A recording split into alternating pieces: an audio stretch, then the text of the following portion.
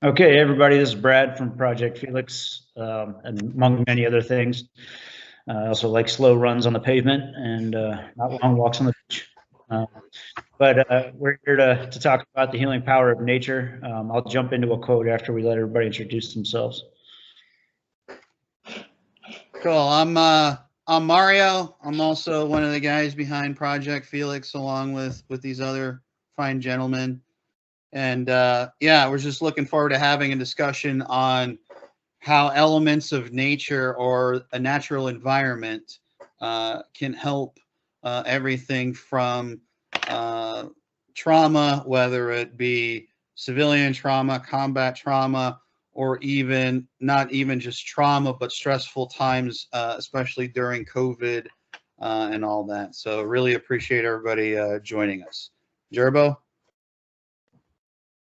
Hi, I'm Jerbo. I'm also a Project Felix plank owner, retired military, love nature, looking forward to this conversation. I've done some reading on the topic about the therapeutic benefits, especially with relation to the Japanese studies where they tied parasympathetic activity to being in nature. And I'm interested in unpacking that a little bit during this conversation. Unfortunately, I'm a suburbanite, so I have to really drive a good distance, maybe 12 hours in some cases, to go and see someplace like Mario and his property. But I had some questions, some read ahead questions that I'll try to touch on too during the discussion. So great to see you guys.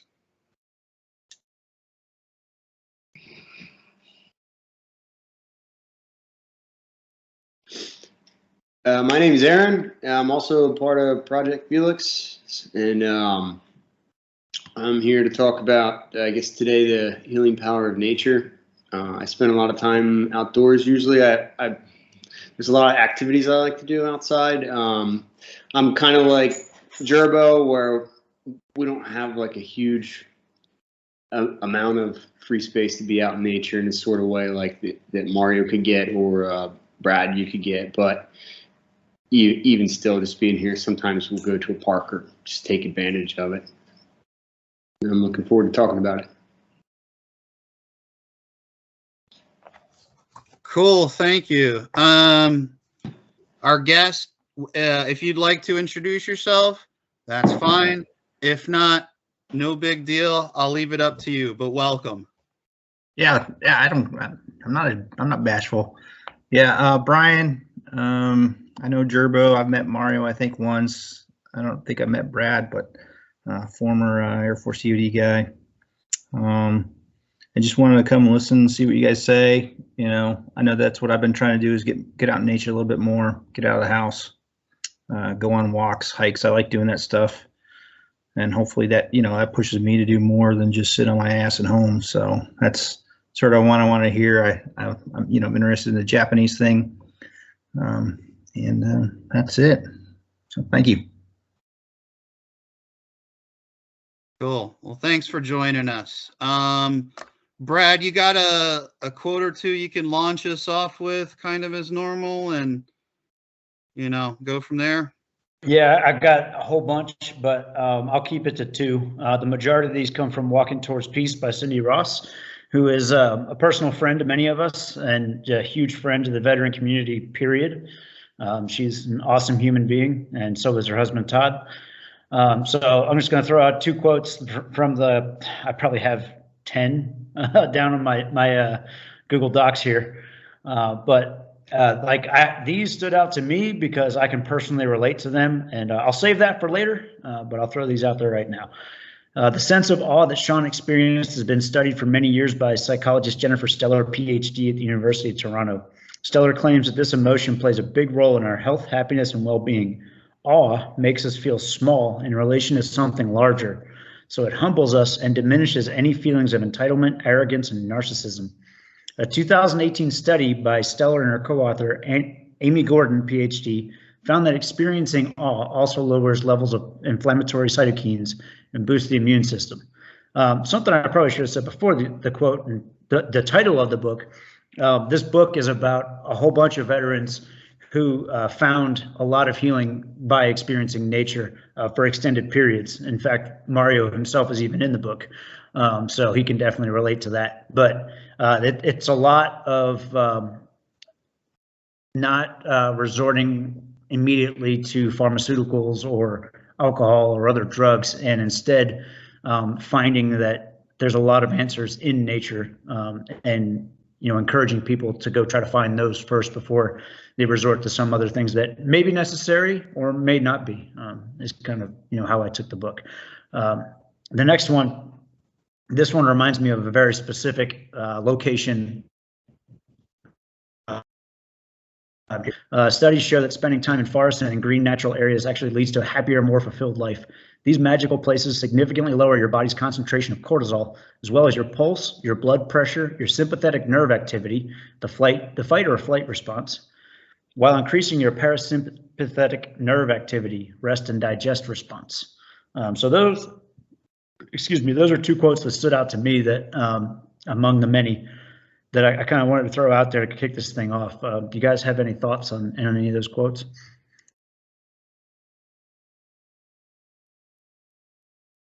Jerbo, we were recently talking a few months ago about that run that you just kind of stumbled upon, and some of the benefits that you kind of saw from that. Remember, you were telling me you started going on a run, you found a path, and you decided to follow it. You didn't know exactly where you were going, but then once you made it out of the forest, and I remember you telling me to take a left, and then you realized where you were.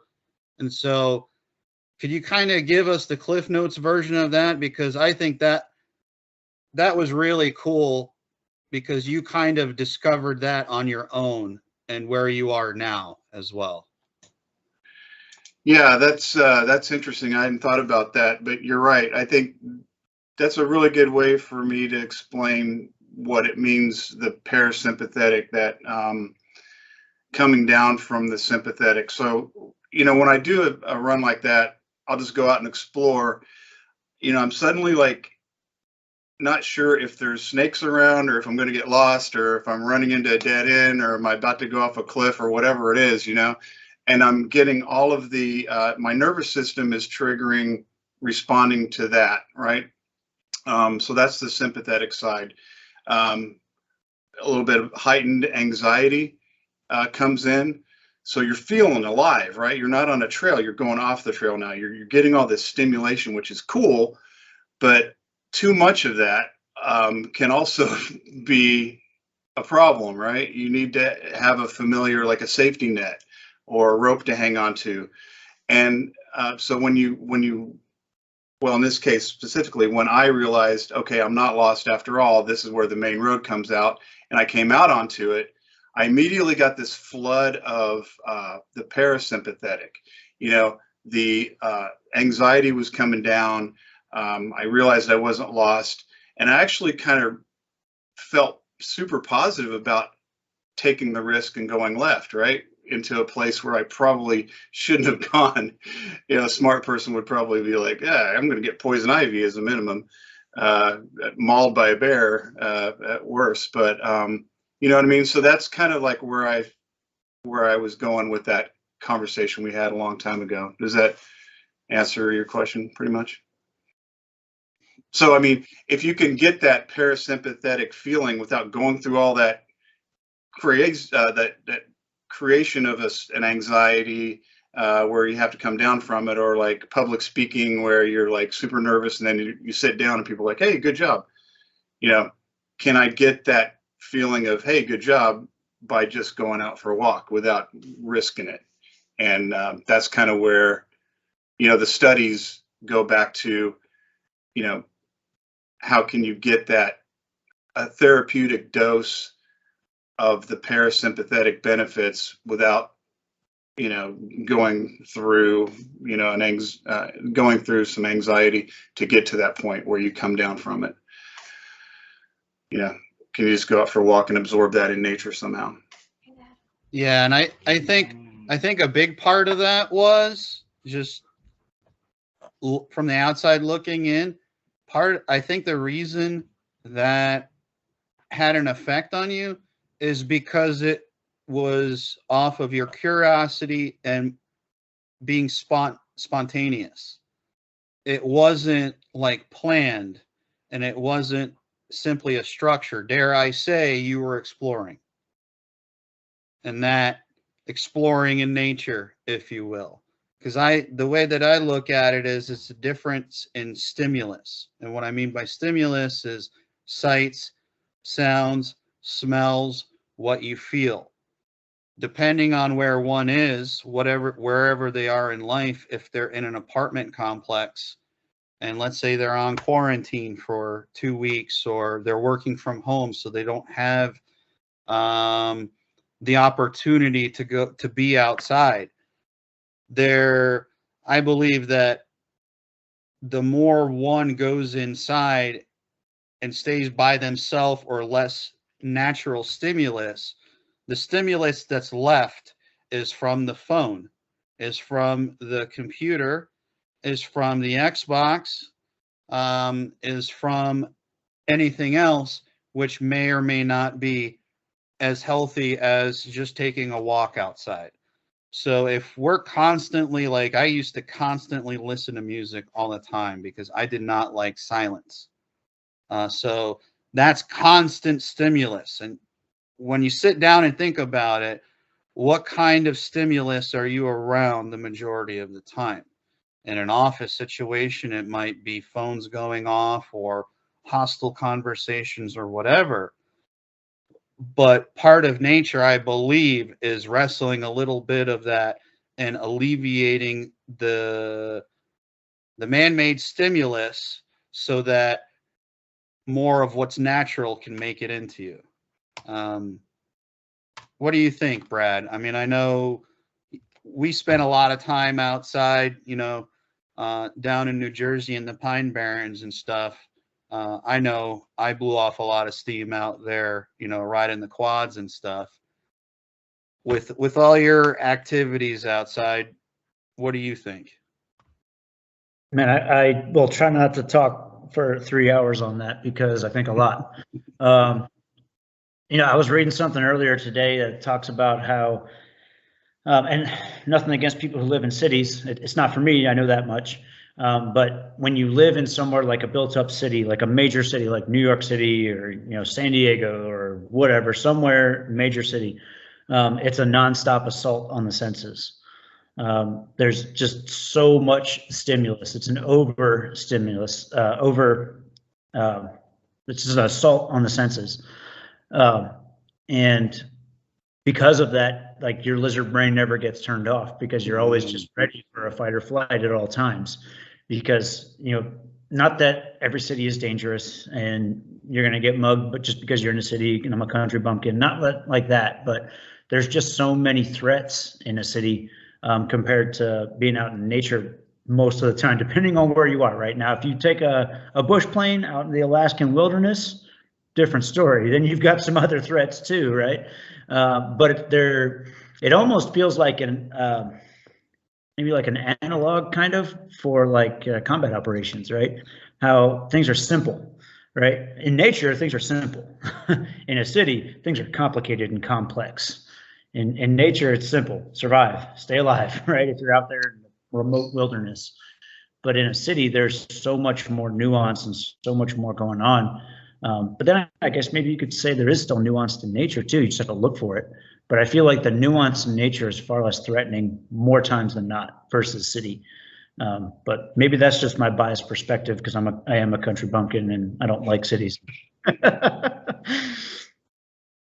Hey, Brad, let me share this with you. So I'm down here in South Carolina, and a couple years ago we went to New York City and toured around there for a couple of days. Man, yeah, you're exactly right. But it was almost like when you can get overstimulated by sights and sounds, skyscrapers, smells, all that stuff like that. That also activated a lot of stuff in me as well, and I know my family too. From this quiet little suburb that we live in here, to turn a corner and look up and see, you know, your Broadway shows left and right, you know, and you look up and there's, you know, the Empire State Building and all that kind of stuff. That's a lot of stimulation too.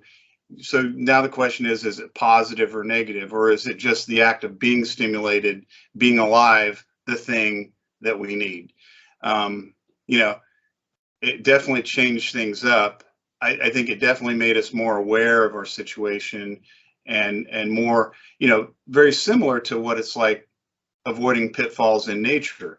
You know, am I going a little bit too far without bringing water? Am I doing this, you know, am I exploring a little bit, you know, in a place like where I shouldn't be? You know, what kind of risk am I taking by doing this? So there's that in nature too, just as well as there are in big cities and things too. So it's kind of comes back to my original question, like, what is the thing? How much time do you spend in nature or in a new place? What's the stimulus? How much of that do you need in order for that parasympathetic to kick in and get that benefit? On that maybe rhetorical question, I believe the amount of time that one needs to spend in a different environment or a natural environment, whether it be a creek, a pond, a little park, you know, whatever, I believe that directly correlates to the amount of self-awareness an individual has realistically of themselves. And what I mean by awareness is awareness comes from how we interpret the stimuli, how we interpret things coming in. This all goes back to risk assessment, what we see, how far we'll look around and see if there's any hazards present, right? Before we set off a shot or do anything, we'll put a person over here, we'll put a person over here, this and that, and make sure everything's good. So I used to be a person, or I did not have the same level of self-awareness that I do right now. And so it was really, I never knew, for example, how much time I needed to spend in there. I just knew that what I was doing, I think, was working. And over time, I realized I started reading books and talking to you assholes and all that stuff. And I know, I'm sorry, I said the asshole word. The more I realized that we were actually onto something. And, you know, Brad, we were able to kind of tie it into the motorcycle videos that you were making. And this really kind of opened the door for me, hence why we're talking about this, because I do believe this idea can do a lot more help than people realize.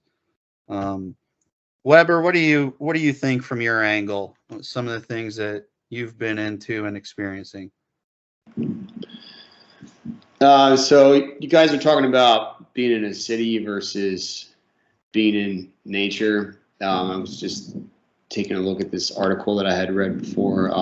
It's an older article. I think it's a study done by Michigan University, and they did a study. It was like they presented a bunch of these numbers to people over like a period of like 35 minutes, and then they had them kind of recall the numbers backwards, and then they had the same people. They split them up, and I think they sent a couple of them to walk through a city, and then they sent a couple of them to walk out in nature, like Arboretum, something like that. So this study, what it came up with was like there was a 20% increase in people's ability to recall the information over that 35-minute period of time for the people that had walked through walk through nature versus walking in the city, because there's like a, it's a city. You get across the street, you get looking at traffic, it's loud. When you go out and walk in nature, you don't have that extra. I will. Yep, sure. Can do that. You don't have that extra stimulus. So like you said, you're not focused on all that other stuff. so it does allow you to kind of relax a little bit. But you know, walking through the city, and maybe you're not amped up, so to speak, but you're not going to be fully relaxed. I know I'm not. Typically. But yeah, I can tell a big difference personally if I just go for a walk or even just step outside. Where I'm at here, I have the ability to just kind of walk outside. It's not very loud. I'm not in a city. Oftentimes in the morning, I'll have coffee by myself outside. It's still like dark out, but I'll just listen, and it's mostly just nothing. It's still so early. So I like to be able to do that. So because getting ready in the morning, you got a lot of stuff going on. You can make yourself pretty busy trying to get out of the door. So for me, I know it's even just that. It's just standing outside and listening. So it's not chaotic, because once I get in the truck, I'm going to do what you do, Mario. I'm going to put the radio on. I'm going to blast music, you know, and then cruise in and start my day. But yeah. Hey, Webb. Good question. Yeah. You know, when we were up at Mario's a couple weeks ago, I noticed one thing thinking about this stuff. We didn't have music going on in the background. No. Nobody brought a Bluetooth speaker or anything like that I can remember. Only thing we had was Andrew's handpan a couple of times, right?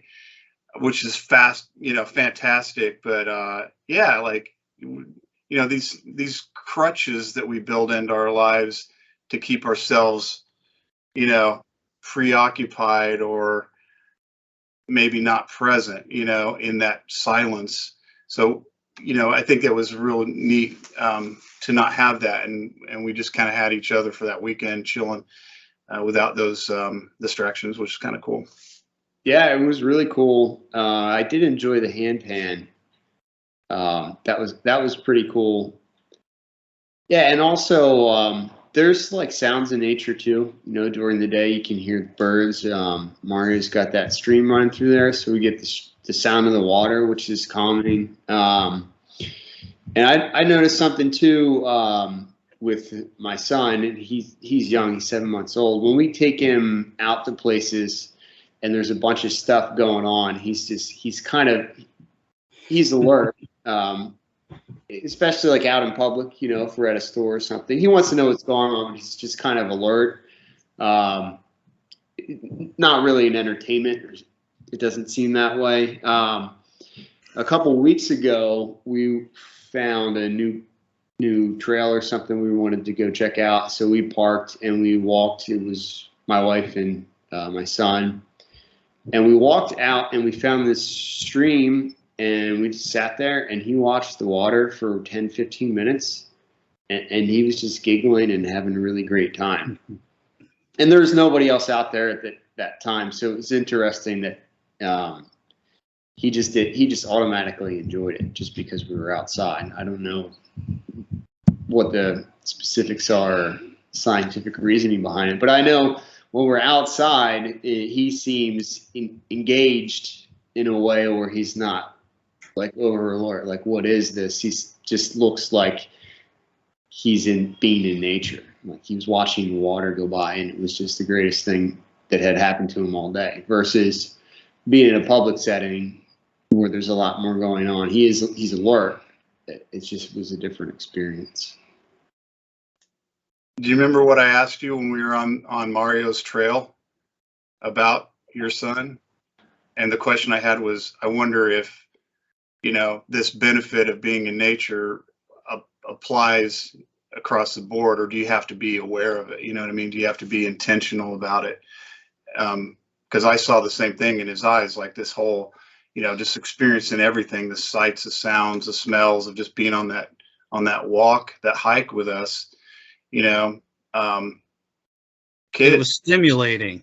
Yeah, I mean, we can communicate how we feel at the time, but a baby, you know, like what are they, you know, are they getting that, are they receiving that benefit without even being able to express it and stuff like that? Or do you have to like tell yourself, okay, here I am, I'm being mindful of this, I'm getting all my sensory input going here. All right, let's go. Now I'm feeling the healing power of nature. Or can you just be in it and get that same benefit, like just naturally? Yeah, and I don't know. I don't know any research or studies for infants or children. Or I'm just making observations and thinking about when I was a kid. If I was outside, I think it was just way more fun. If I could be outside, I don't think about. A lot of times, I don't think about times when I was a kid that I was sitting inside watching TV. But I do think about some of the times that I was outside and the things we were doing when we were outside. And yeah, he seemed really stimulated. And I remember you did ask, and I mean, I hope the answer is yes, but yeah, it was interesting. I think the answer is yes, and I think I know why, but I only stayed at a Holiday Inn Express. I'm not a, I'm not a scientist, but